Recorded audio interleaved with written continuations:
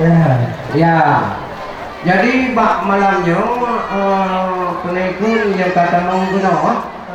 Ya, yang kan ja bapak kamu nantamong kuno laju bersigra.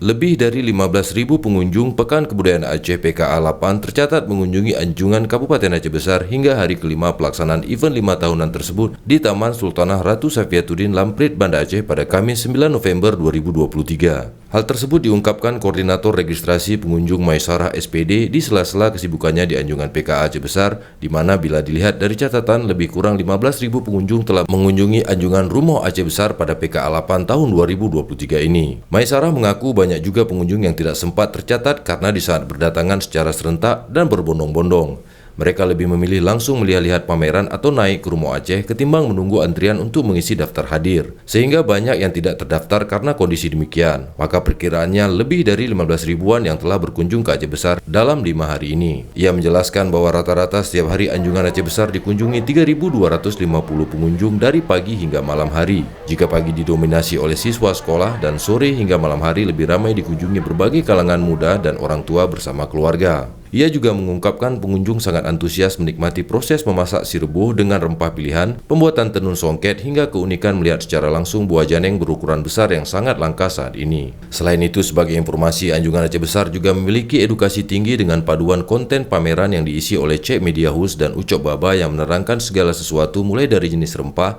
alat-alat tradisional Aceh Besar, serta budaya him atau teka-teki berhadiah yang sangat diminati pengunjung. Selain panggung yang setiap harinya diisi oleh penampilan khas Aceh Besar yang selalu dipadati oleh pengunjung PKA 8.